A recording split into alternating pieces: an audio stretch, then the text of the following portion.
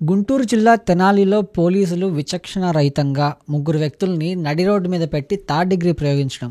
Third degree అంటే లాఠీలు తీసుకొని కొట్టడం, మోకాళ్ళ మీద కాలు పెట్టి నిల్చోవడం. ఈ వీడియో చాలా వైరల్గా మారింది. ఈ వీడియో వైరల్ అయిన తర్వాత రకరకాల అభియోగాలు అయితే వినిపిస్తున్నాయి. అంటే గతంలో ఒక 1 month బ్యాక్ ఈ వీడియో అయింది. 1 month తర్వాత ఈ వీడియో వైరల్ అయిన తర్వాత అసలు పోలీసులు ఎందుకు కొట్టారంటే 4 రకాల, అంటే డిఫరెంట్ టైప్స్ ఆఫ్ ఒక్కొక్కరు ఒక్కొక్కలాగా చెప్తున్నారనమాట. కొంతమంది ఏమంటున్నారంటే ముస్లిం వ్యక్తులు, ఎస్సీ వ్యక్తులు కాబట్టి కొట్టారు అని కొంతమంది చెప్తున్నారు. కొంతమంది ఏమంటున్నారంటే పోలీసుని, అంటే కానిస్టేబుల్, డ్యూటీలో ఉన్న కానిస్టేబుల్ మీద వీళ్ళు గంజాయి తాగి ఆయన మీద దాడి చేశారు, అందుకే ఇలా థర్డ్ డిగ్రీ ఇచ్చారని కొంతమంది చెప్తున్నారు. కొంతమంది ఏమంటున్నారంటే వైసీపీకి ఫేవర్ కాబట్టి టీడీపీ వాళ్ళే దగ్గరుండి కావాలని చేయించారని ఇంకొంతమంది చెప్తున్నారు. మరికొంతమంది ఏమంటున్నారంటే కానిస్టేబుల్ ఆ గంజాయి బ్యాచ్ దగ్గర డబ్బులు అడిగాడు, ఆ డబ్బులు ఇవ్వకపోవడంతో అక్రమ కేసులు పెట్టి ఇలా చేస్తున్నారని చెప్పి కొంతమంది అంటున్నారు. ఇందులో వాస్తవం ఎంత అనేది ఇంతవరకు తెలియదు.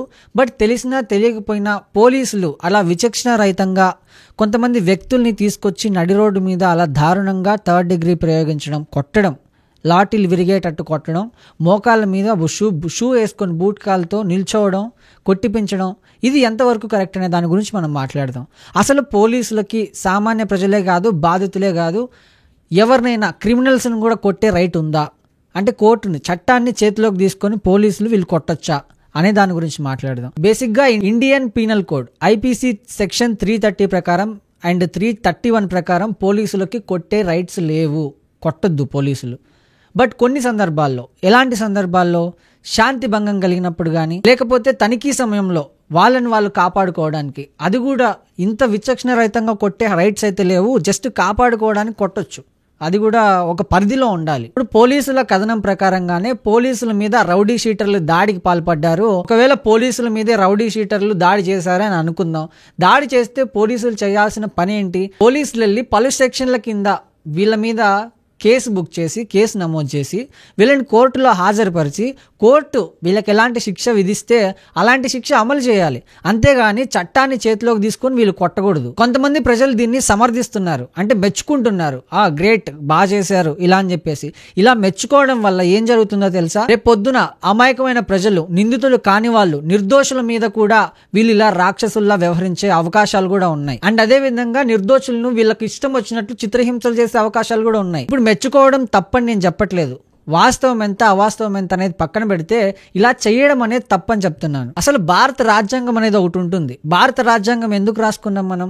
మన భారతదేశంలో ప్రజలు ఎవరైతే ఉన్నారో వాళ్ళ జీవన విధానాన్ని మెరుగుపరుచుకోవడం కోసం, అంటే మన భారతీయుల జీవన విధానాన్ని మెరుగుపరుచుకోవడం కోసం మన రాజ్యాంగం రాసుకున్నాం. పోలీసులు అంటే ప్రభుత్వ అధికారులే భారత రాజ్యాంగాన్ని పట్టించుకోకుండా ఇలా ఇష్టం వచ్చినట్లు చేస్తే ఇంకా మాన్య ప్రజలు, ఎవరైతే సామాన్య ప్రజలు ఉంటారో వాళ్ళు భారత రాజ్యాంగాన్ని ఎందుకు అనుసరిస్తారు? ఒకసారి ఆలోచించండి. దీని మీద హ్యూమన్ రైట్స్ కమిషన్ కూడా చొరవ చేసుకోవాలి. దీన్ని సుమోటోగా తీసుకోవాలి. ఎందుకు చేశారు ఏంటి అనే విచారణ వేయాలి. బాధితులు కూడా ఎవరైతే ఉన్నారో ఎన్హెచ్ఆర్సీ, హ్యూమన్ రైట్స్ కమిషన్ కూడా ఆశ్రయించి అక్కడ ఫిర్యాదు చేయాలి. అండ్ అదే విధంగా జ్యుడిషియల్ మెజిస్ట్రేట్ వద్ద కూడా వీళ్ళు ఫిర్యాదు చేసుకోవచ్చు. ఇప్పుడు బాధితులు పోలీసు మీద క్రిమినల్ కేసులు కూడా పెట్టొచ్చు. ఫర్ ఎగ్జాంపుల్ ఐపీసీ సెక్షన్ 323, 506 వంటి కేసులు అయితే బుక్ చేయొచ్చు పోలీసుల మీద. బట్ పోలీసులు ఎందుకు ఇంత నిర్లక్ష్యంగా వ్యవహరిస్తున్నారు? ఇతర దేశాల్లో మనం చూసుకుంటే పోలీసులను దగ్గరికి రాగానే, పోలీసులను చూడగానే రక్షణ, అంటే కంఫర్ట్గా ఫీల్ అయ్యి మనల్ని రక్షించడానికి వచ్చినట్టు ఫీల్ అవుతారు. కానీ మన భారతదేశంలో మాత్రమే పోలీసులను చూడగానే భయపడుతున్నారు జనాలు. అది కూడా ఎందుకు భయపడుతున్నారంటే ఇలా విచక్షణ రహితంగా జనాల మీద దాడి చేయడం. మీ ప్రతాపాలు, మీ జూలుం ఏదైనా ఉన్నా కూడా ఇలా సామాన్య ప్రజల మీద చూపించకండి.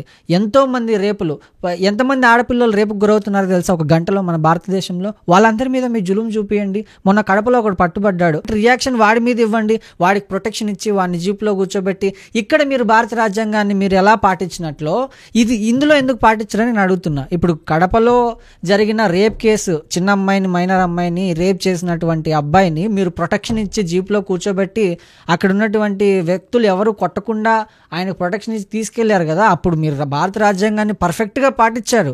మరి ఇక్కడ ఎందుకు పాటించారని నేను అడుగుతున్నా. దయచేసి ప్రతి ఒక్కరూ దీని మీద రియాక్ట్ అవ్వాలి. ఎందుకంటే ఇది ఒక చిన్న విషయం కాదు. రేపొద్దున నిందితులు, నిర్దోషుల మీద కూడా పోలీసులు ఇలాంటి చర్యలు తీసుకోవచ్చు. ఇప్పుడు పోలీసులు చేసింది నేను తప్పు అని చెప్పను, అలానే కరెక్ట్ అని చెప్పడు. బట్ చట్టాన్ని చేతిలోకి తీసుకోవడం అనేది తప్పు. మనకంటూ భారత రాజ్యాంగం అనేది ఒకటి ఉంది, దాన్ని పాటించాలని నేను చెప్తున్నా. So thank you.